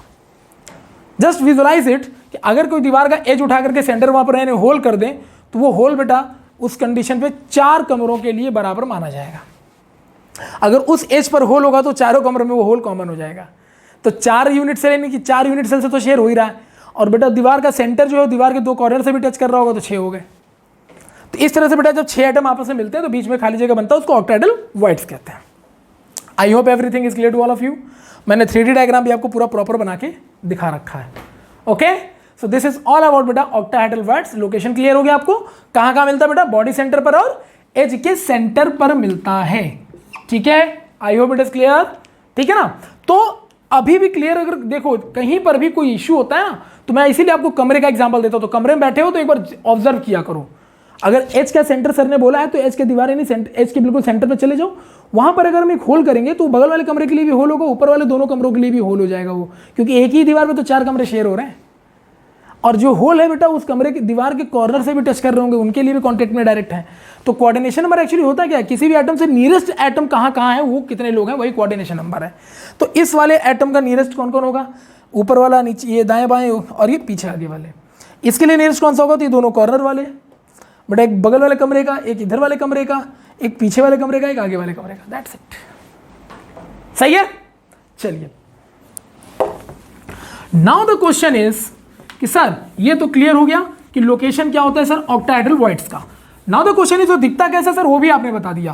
क्वेश्चन इज कि सर जैसे टेट्राहेड्रल वॉइड 8 होते हैं, ऑक्टाहेड्रल वॉइड कितने होते हैं, तो ये तो तुम खुद भी कर सकते हो यार। देखो अगर ऑक्टाहेड्रल वॉइड्स के नंबर निकालना चाहते हो, कितने ऑक्टाहेड्रल वॉइड्स बेटा एक यूनिट सेल बन सकते हैं, तो मुझे एक बात बताओ, तो एक कहां बन रहा है, तो बेटा एक बन रहा है 1 एट बॉडी सेंटर। तो देखो जो बॉडी सेंटर पे बन रहा है ना वो वॉइड पूरा एक माना जाएगा, क्योंकि बॉडी के सेंटर पर तो सबके साथ उसका इक्वल डिस्ट्रीब्यूशन होगा, तो पूरा एक अकेला हिस्सा पूरा का पूरा माना जाएगा। ये बात मैंने बीसीसी में भी आपको बताया था। तो बेटा बॉडी सेंटर पर है तो ये पूरा का पूरा एक अकेला हिस्सा माना गया, प्लस जो एज के सेंटर पर है, चलो मुझे बताओ वो एक एज कितने लोगों के साथ शेयर कर रहा है। तो अभी थोड़ी देर पहले बताया ना, आपके कमरे के एज के सेंटर पर एक होल कर दें तो वो होल कितने कमरों से ज्वाइन होगा, तो एक दीवार से 4 कमरे बन सकते हैं सर, है ना। बीच में दीवार ऐसे खड़ी है तो एक इधर वाला कमरा, एक इधर वाला कमरा, 2 कमरे, और अगर मान लो उसके ऊपर भी फ्लैट है बेटा तो उसी दीवार पर एक इधर वाला कमरा, फिर एक इधर वाला कमरा, 4 कमरे बेटा। बात समझ में आ रही कि नहीं आ रही है, everything is clear. So simply आप देख सकते हो कि आपका जो एक एज सेंटर में जो ऑक्टाहेड्रल वॉइड होता है वो 4 यूनिट सेल को शेयर कर रहा होता है, कि नहीं कर रहा होता है। Am I clear to all of you, done, ठीक है। तो 4 यूनिट सेल को शेयर कर रहा होता है जो एज सेंटर होता है बेसिकली।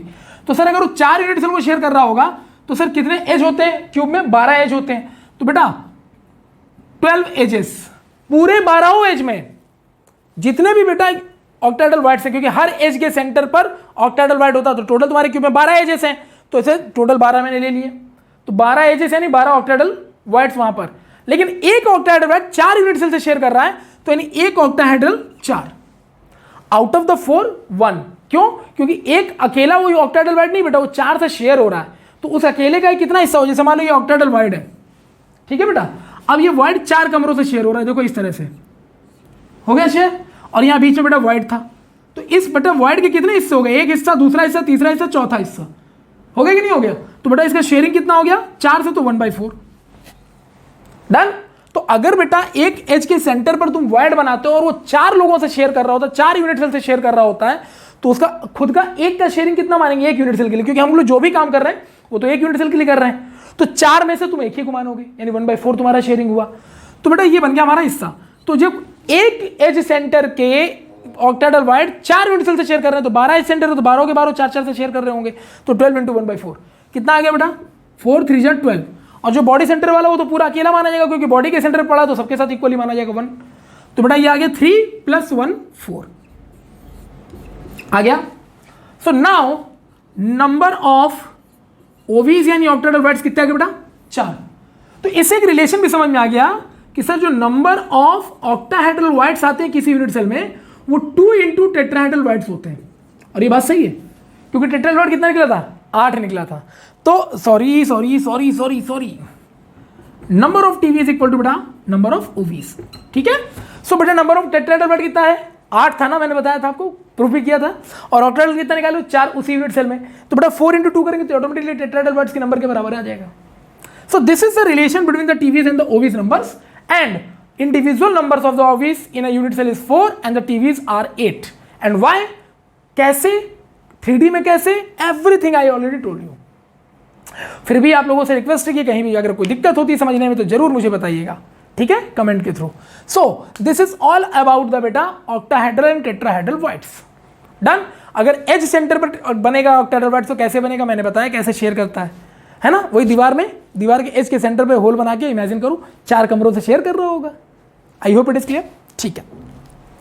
तो एज सेंटर भी हमें क्लियर हो गया, बॉडी सेंटर पे बनेगा तो कैसे बनेगा वो भी क्लियर हो गया। तो इस तरह से हमें पता चल गया कि भैया ओवीज और टीवीज दिखते कैसे हैं, बनते कैसे हैं, और कहाँ कहाँ बनते हैं, लोकेशन क्या क्या है। ये हमारे न्यूमेरिकल पॉइंट ऑफ व्यू के लिए बहुत इंपॉर्टेंट है, ठीक है। Now the next thing is कि सर ये सारी बातें तो हमें समझ में आ रही हैं कि क्या है क्या नहीं है। और एक बात याद रखिएगा, ऐसा नहीं कि अपुनिच भगवान है, ठीक है, कि मैं सब कुछ आपको अच्छे से समझा दूंगा, समझाने की पूरी कोशिश कर रहा हूँ, because it is a completely 3D pattern and हमारा जो बोर्ड है बेटा वो 2D पैटर्न का है, ठीक है। So I am not a Shaktimaan कि मैं इस 2D पैटर्न में 3D बना के दिखा दूँ। So that a simple thing, I will try my best. अब कोशिश यहाँ पर है कि जब टीचर इतना मेहनत कर रहा होता है बेसिकली, तो आप लेवल पर आपको थोड़ा सा अपना ये यानी विजुअलाइजिंग कैपेबिलिटी, इमेजिनेशन पावर बढ़ाना पड़ेगा। कि अगर सर मान लो हमने आपको कुछ समझाया कि दीवार के एज के सेंटर पर अगर हम कोई आइटम रख दें तो कितने कमरे बनेंगे, तो तुम खुद सोच के बैठो ना कि अरे एक दीवार है तो उस दीवार से कितने कमरे बने होंगे। तो जो तुम्हारे बेटा कमरे की दीवार है उसको देखो ना, तुम्हारे कमरा, बगल वाला कमरा उसी दीवार पर होगा, ऊपर भी बेटा जो 2 कमरे होंगे इसी दीवार पर सपोर्ट पर बने होंगे, 4 कमरे सर बन सकते हैं। तो 4 कमरे यानी 4 यूनिट सेल्स। इस तरह से तुम्हारा एज सेंटर 4 यूनिट सेल से शेयर हो गया। इसलिए बेटा एक यूनिट सेल के लिए उसका शेयरिंग कितना हो, तुम्हारे कमरे के लिए शेयरिंग कितना होगा, केवल 1/4। तो तुम्हारे हिस्से में बेटा उस वर्ड का केवल 1/4 हिस्सा आएगा। अब दूसरे वाले के भी 1/4 आएगा, ऊपर वाले का भी 1/4 आएगा, उसके लिए भी 1/4 आएगा। तो this is the equal pattern of the distribution, ठीक है। और 6 आइटम से कैसे टच करता है वो भी मैंने आपको बता दिया, ठीक है। Now so this is all about the thing of the TVs and the बेटा ओवीज, ठीक है। इसके न्यूमेरिकल पैटर्न्स में हम इसका यूज करेंगे। नाउ द क्वेश्चन इज, सब कुछ तो क्लियर हो गया सर, अभी भी कुछ बचा है यूनिट सेल बताने के लिए। भाई देखो वॉइड्स तो मैंने बता डाले, सही है। अब जब वॉइड्स बता दिए ना तो इन वॉइड्स का एक और भी यूज करना है, जो चीजें आपके बहुत इंपॉर्टेंट हैं, बहुत काम आने वाली है। वो क्या है सर, तो बेटा वो है रेडियस रेशियो। आपने नाम सुना होगा, ठीक है, रेडियस रेशियो। अब सर ये क्यों आता है, क्यों, कैसे करते हैं और इसका यूज क्या है ये भी बताओ।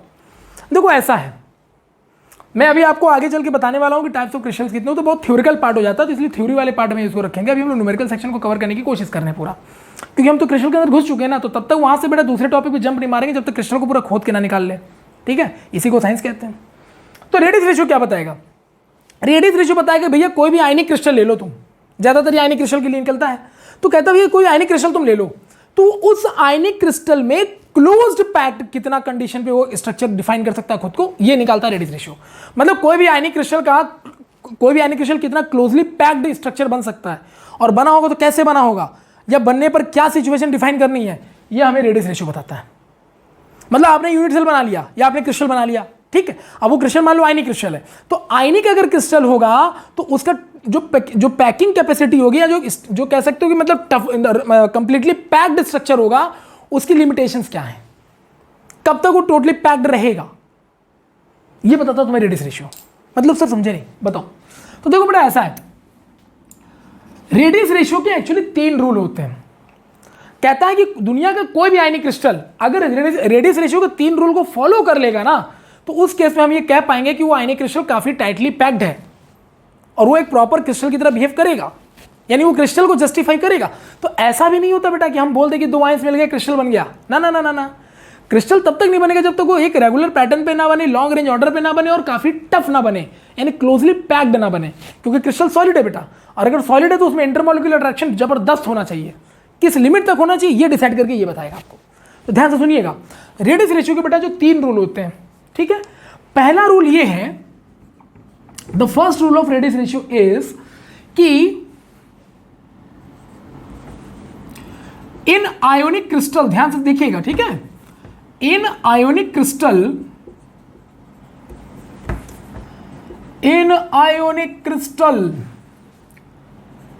ईच आयंस, अब बेटा आयंस कितने तरह के होते हैं तुमको बताने की जरूरत तो है नहीं, केटायंस और एनायंस यही 2 ही होते हैं।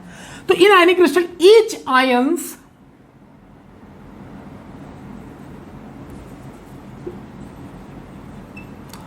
क्लोज इनफ और may be in close contact with each other, ठीक। यानी दुनिया का कोई भी आयनिक क्रिस्टल अगर आप देख रहे हो तो उससे जो भी वो आयन से बनेगा, वो आयंस बहुत ज्यादा क्लोज इनफ, यानी काफी हद तक वो आपस में एक दूसरे के क्लोज होने चाहिए, या ये कह लो may be in close contact with each other, मतलब वो एक दूसरे को टच करते रहने वाले होने चाहिए, ठीक है। लेकिन अब आप कहोगे सर 2 मान लीजिए प्लस है, ठीक है, और माइनस है सर, तो माइनस वाला कैसे टच करेगा, रिपल मार देगा sir.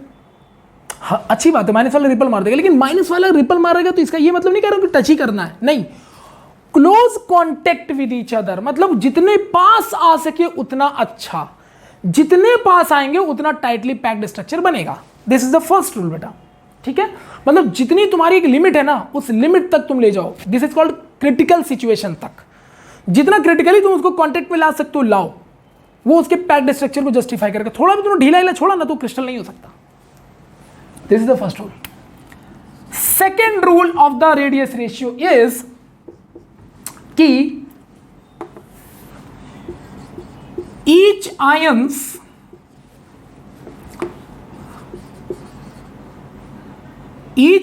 surrounded by each other many number of times with opposite sign to decrease potential energy,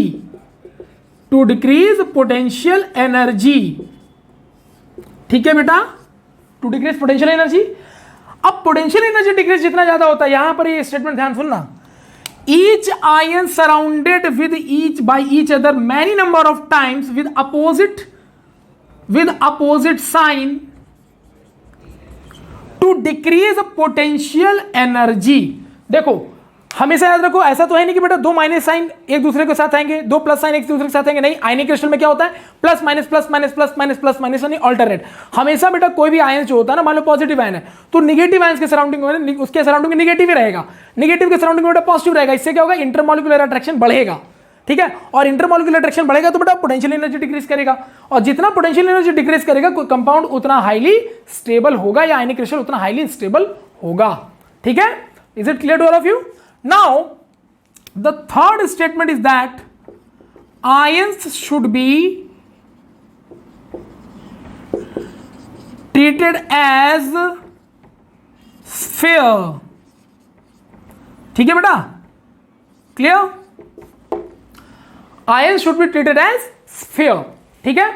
कोशिश करेंगे कि आयंस को हम स्फीयर की तरह ट्रीट करें, सॉलिड स्फीयर की तरह ट्रीट करें, क्योंकि अगर वो स्फीयर होगा तो यानी आप अगर स्फीयर मानते हो तो इससे फायदा क्या होता है पता है भाई, जनरली एटम सारे होते हैं स्फीयर ही होते हैं, तो एटम का जो आयन बनेगा वो भी स्फेरिकली होगा, तो वो अगर स्फीयर होगा ना तो उसमें जो चार्ज डिस्ट्रीब्यूशन होगा वो इक्वल होगा, चारों डायरेक्शन में सेम ही होगा। इससे क्या होगा कि हर तरफ से अगर इक्वली वो टाइटली पैक्ड होगा तो क्रिस्टल और ज्यादा कॉम्पैक्ट होगा।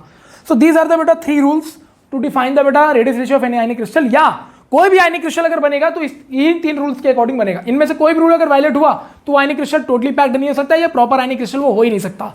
आई hope it is clear. Now let's सी कि रेडियस रेशियो कैसे जस्टिफाई होता है। ध्यान देना भाई, जैसे समझो मैं तुमको एक डायग्राम से बना के दिखाता हूं जिसमें तुम रेडियस रेशियो को और प्रॉपर्ली समझ पाओगे। देखना ध्यान से, ठीक है। मान लो ये एक केटाइन लिया बेटा मैंने छोटा सा, ठीक है, ध्यान दीजिएगा, थोड़ा ज्यादा ही छोटा हो गया। ये बेटा मैंने एक केटाइन लिया। अब ये देखो, ये मैं ऐसे बनाने की कोशिश कर रहा हूं, देखना ये एनायन से बेटा, ये एनायन से, ये एनायन से, ये एनायन से, और बेटा बीच में यहां पे डाल दिया मैंने केटाइन, ये देखो छोटा सा। This is the way. अगर आपने इसको ना केटाइंस को और छोटा किया, ध्यान दीजिए, तो ये मान लीजिए एनायंस आपने ऐसे बना रखे हैं, और अगर आपने केटाइन छोटा कर दिया, देखो ज्यादा ही छोटा हो गया, तो बेटा अगर केटाइन ज्यादा छोटा कर दोगे तो क्या होगा, होल में अंदर घुस जाएगा। और अगर बेटा ये अंदर होल में घुस गया तो ऐसे में क्या हुआ, मैंने क्या बताया था कि जो रेडियस रेशियो का रूल कहता है कि all ions came into contact with each other in a close enough manner, या फिर may be came into contact with each other, जितना हो सके उनको कांटेक्ट में रखने की कोशिश करो सारे आयंस को। यहां देखिए सर पॉजिटिव नेगेटिव सारे टच नजर आ रहे हैं लगभग, हालांकि इतने भी टच नहीं होते, लेकिन मेरे को बताना पड़ रहा है ऐसे। लेकिन यहां तो देखिए सर केवल एनायंस टच है, केटायंस है ही नहीं, तो ऐसे में तो माइनस माइनस रिपल्सन आ जाएगा सर। तो ऐसा बेटा क्रिस्टल फॉर्मेशन पॉसिबल नहीं है। क्यों? क्योंकि रेडियस रेशियो रूल को फॉलो नहीं कर रहा है। अगर मैं सर इसको ऐसे बनाता,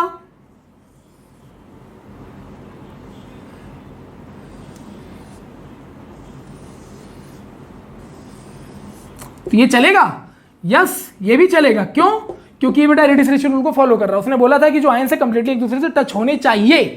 सो you can see now anions are touched with the cations. So ions touched हैं, लेकिन एनायंस टच्ड नहीं है। तो हालांकि पॉजिटिव सारे नेगेटिव को बांध के तो रखेगा, लेकिन ये पूरी तरह से कंप्लीटली पैक्ड स्ट्रक्चर इसको नहीं बोल सकते। मतलब इसमें क्या हो रहा है कि कंपाउंड अपना रेडियस रेशियो, यानी कि जो कंपाउंड है वो अपना रेडियस रेशियो लार्ज कर रहा है, रेडियस रेशियो मैक्सिमाइज कर रहा है।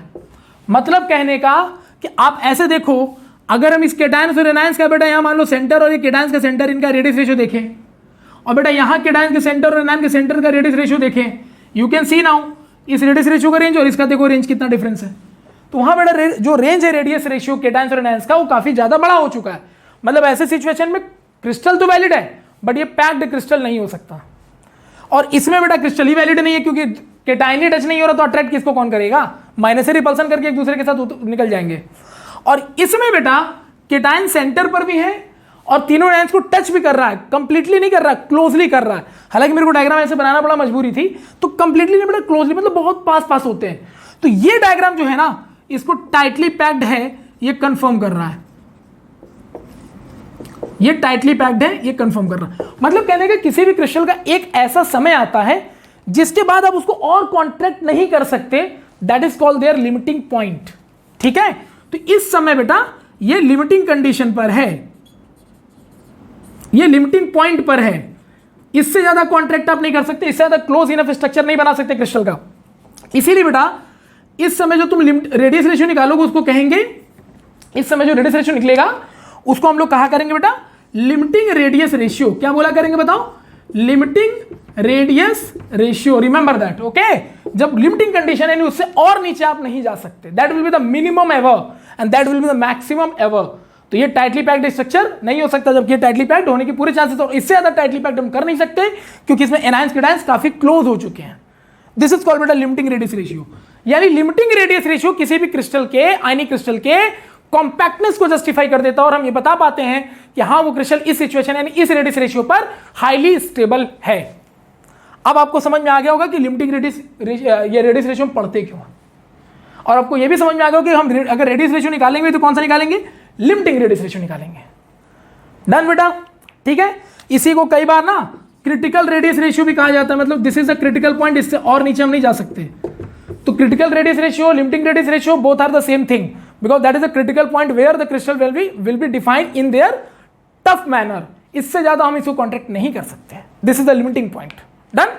सो रेडियस रेशियो तो मैंने आपको समझा दिया कि कैसे होता है, और लिमिटिंग क्या होता है, मैक्सिमम क्या होता है, कौन सी चीज वैलिड है, कौन सी चीज इनवैलिड है क्रिस्टल को लेकर के, इतना स्टडी किया गया। यानी कहीं ना कहीं आपको रेडियस रेशियो ये बताने के लिए कामयाब हो गया कि क्रिस्टल को आप कितना कॉम्पैक्ट कर सकते हो और कितना कॉम्पैक्ट नहीं कर सकते हो। तो ध्यान से सुनिए, इतना जो रेडियस रेशियो के बारे में पता चला लोगों को, तो क्वेश्चन है कि अगर हमको ये पता चल जाए कि रेडियस का रेशियो क्या है, तो उसके हिसाब से हम क्रिस्टल के कॉम्पैक्टनेस डिसाइड कर लेंगे, और खास करके लिमिटिंग रेडियस रेशियो। तो हर क्रिस्टल या हर अरेंजमेंट का बेटा लिमिटिंग रेडियस रेशियो निकाला गया, मैथमेटिकली निकाला गया, और निकाल के एक टेबल बना दिया गया। वो टेबल क्या था सर? तो देखो भैया ऐसा है, जो बेटा रेडियस रेशियो है, चूंकि वो आयनिक क्रिस्टल का है, तो वो रेडियस रेशियो होता है बेटा r cation upon r anion. यानी आयनिक क्रिस्टल में बेटा केटायंस और एनायंस होते हैं ना, तो केटायंस का रेशियो यानी केटायंस का रेडियस का रेशियो विद द एनायंस के रेडियस का रेशियो, अगर ये रेशियो हम निकाल लेते हैं, that is called radius ratio. ठीक है, done. Now the question is, sir वो जो कैलकुलेशन किया गया हर तरह के अरेंजमेंट में रेडियस रेशियो को लेकर के क्या किया गया? तो देखिए बेटा एक टेबल बना दिया जाता है, देखिएगा ध्यान से। ये रेडियस रेशियो रेंज बेटा क्यों ले रहे हैं हम रेडियस रेशियो का? क्योंकि एक क्या था लिमिटिंग और एक क्या था मैक्सिमम। ठीक है, उसके बाद ऐसे अरेंजमेंट का कोऑर्डिनेशन नंबर कितना होगा जिसका रेडियस रेशियो निकाला जा रहा है, उसका शेप या कॉन्फ़िगरेशन। ठीक है बेटा, तो according to the practical observations radius ratio range में जब देखा गया कि भाई अगर रेडियस रेशियो का रेंज 0 और 0.155 से कम और 0 से ज्यादा होगा, तो ऐसे में बेटा कोऑर्डिनेशन नंबर 2 आता है और शेप उसका लीनियर आता है। कोऑर्डिनेशन में दो में थोड़ा लीनियर ही होगा ना। कैसे? अरे कोई एटम है, अब उसके दो एटम अगल बगल लाना है, कोऑर्डिनेशन नंबर क्या होता है? किसी भी एटम से जो टाइटली पैक्ड होते हैं या फिर जो क्लोजली या फिर बहुत ज्यादा नियरेस्ट नेबर एटम होते हैं। तो अगर मान लो इस एटम को कोऑर्डिनेशन में निकालना तो इसके नियरेस्ट दो ही तो है, तो लीनियरली तो हो सकता है, और क्या हो सकता है? दैट्स अ वे। और बेटा लीनियर दुनिया का कोई क्रिस्टल होता नहीं है, तो ये रेडियस रेशियो रेंज ऐसे बकवास है, हमारे क्रिस्टल के काम का नहीं है।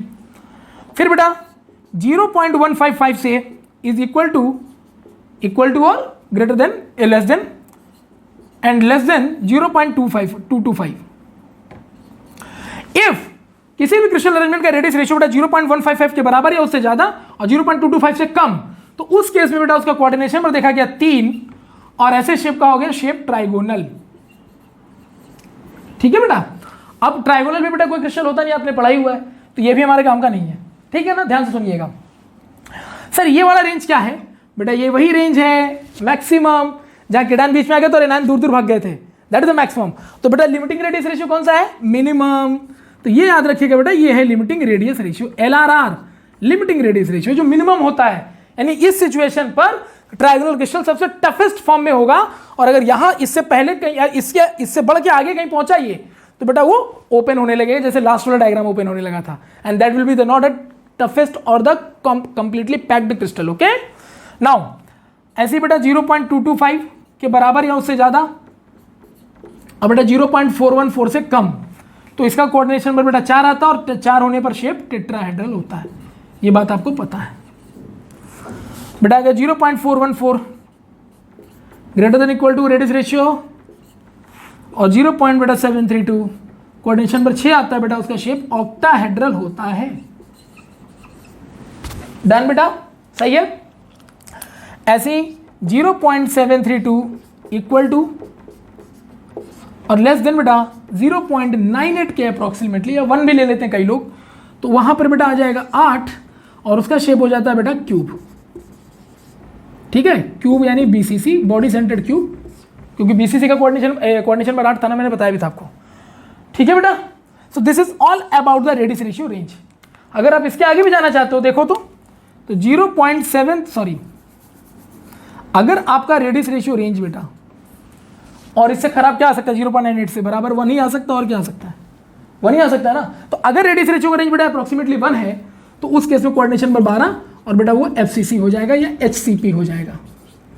ठीक है, FCC मतलब बेटा फेस सेंटर्ड सेल, HCP मतलब बेटा hexagonal close packing. Hexagonal close packing को हम लोग को बाद में डिस्कस भी करना, तो ध्यान रखिएगा। Overall I think it is clear to all of you. और FCC का कोऑर्डिनेशन नंबर 12 होता है, ये मैंने आपको लास्ट क्लास में बताया भी था, याद है? कोऑर्डिनेशन 12 FCC का कैसे हुआ था, ठीक है, बता दूं क्या तुम्हारा? देखो तो ये तुम बेटा FCC बनाते हो, सारा खेल विजुअलाइजेशन का है। फेस सेंटर का आइटम उठा लो बेटा, उठा लो। अब ये फेस के सेंटर के आइटम का हमको कोऑर्डिनेशन में निकाला, तो इससे सबसे बताओ सबसे क्लोजेस्ट वाले आइटम जो होंगे, जो नियरेस्ट नेबर आइटम होंगे, वही तो कोऑर्डिनेशन नंबर होगा। तो सर 1 2 3 4 इनसे तो सर ये टच पर ही है सही है बेटा। एक और किधर किधर टच पे होगा सर?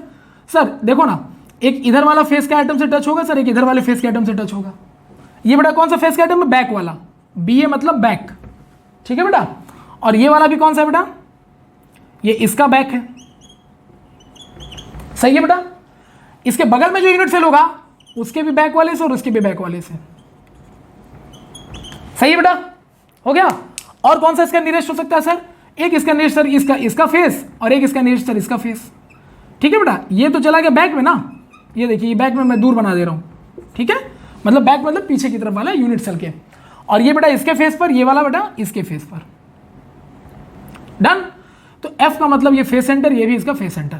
बाकी ये 4 आइटम तो हमें दिख ही रहे हैं। बताओ बेटा कितने आइटम हो गए टोटल, गिनो तो बेटा देखो, ये अगर इसके बैक से मतलब इस यूनिट सेल के बैक से, बैक मतलब समझ लो पीछे वाली दीवार, तो ये बैक ये बैक, तो एक बैक दो इधर हो गए शेयर बेटा, एक इसका फेस सेंटर एक इसका फेस सेंटर उसी यूनिट सेल के अंदर, 4 हो गए।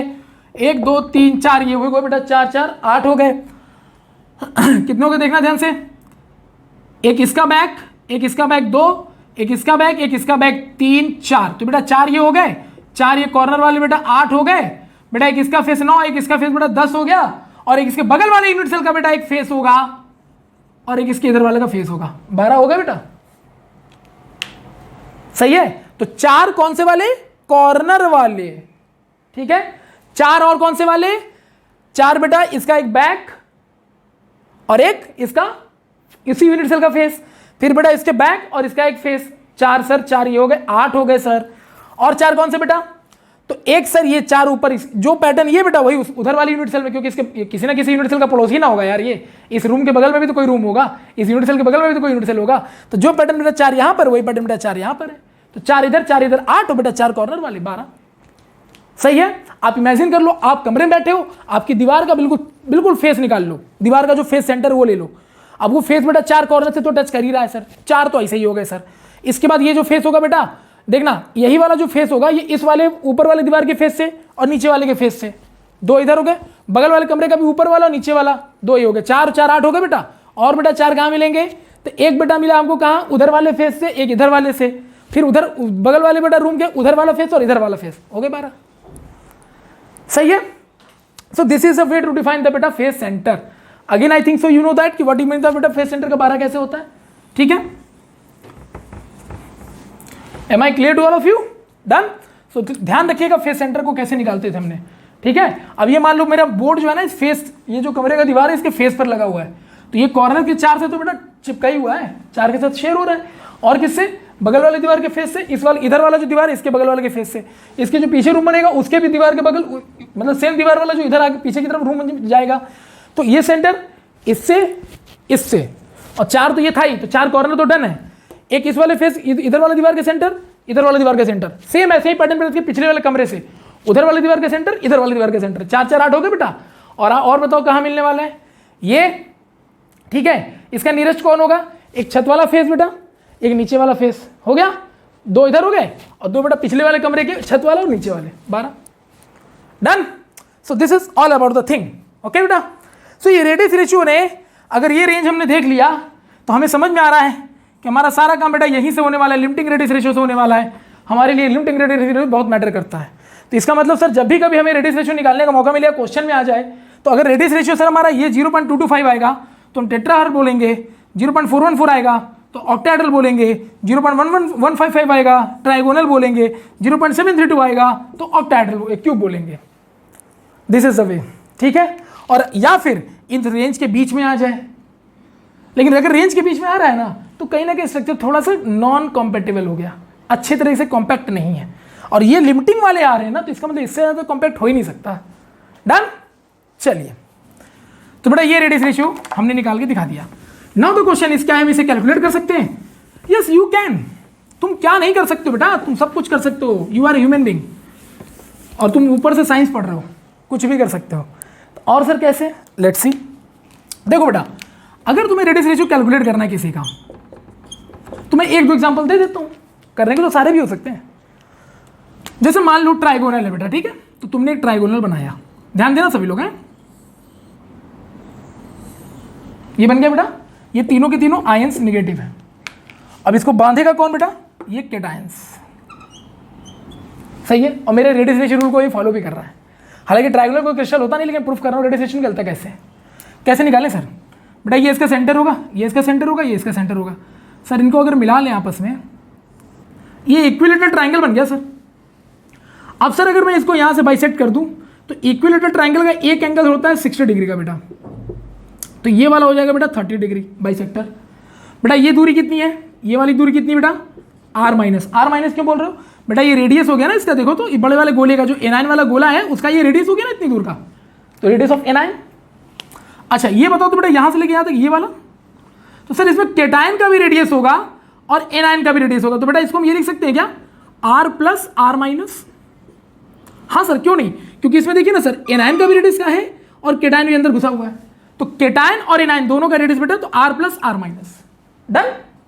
ओके, अब ये बताओ मुझे क्या क्या पता है इस ट्राइंगल में। अगर यहां पर मैं ऐसे लाइन खींच दूं ब्लैक, यानी कि वर्टिकल परपेंडिकुलर डाल दिया मैंने, तो एक ट्राइंगल बन गया सर। कौन कौन सा? पी क्यू आर बन गया बेटा। कौन सा ट्राइंगल बन गया बताओ?